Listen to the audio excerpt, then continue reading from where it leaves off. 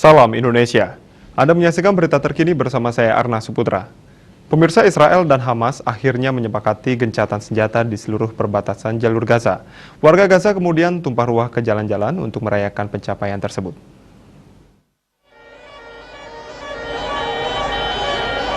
Warga Palestina membanjiri jalan-jalan di Gaza ketika gencatan senjata antara Israel dan Hamas dimulai pada jam yang ditentukan oleh para juru runding Mesir.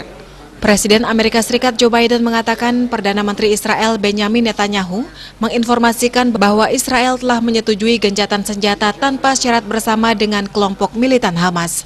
Gencatan senjata yang dijadwalkan dimulai pada Jumat pukul 2 pagi waktu setempat akan mengembalikan ketenangan yang tidak nyaman di Israel dan Gaza.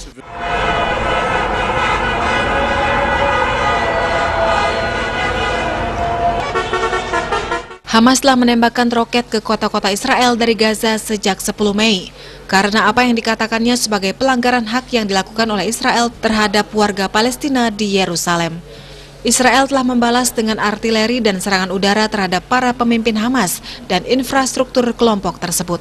Israel telah menghadapi kecaman internasional karena meledakkan gedung-gedung tinggi dan menyerang kamp-kamp pengungsian serta sasaran lainnya yang menyebabkan banyak korban sipil.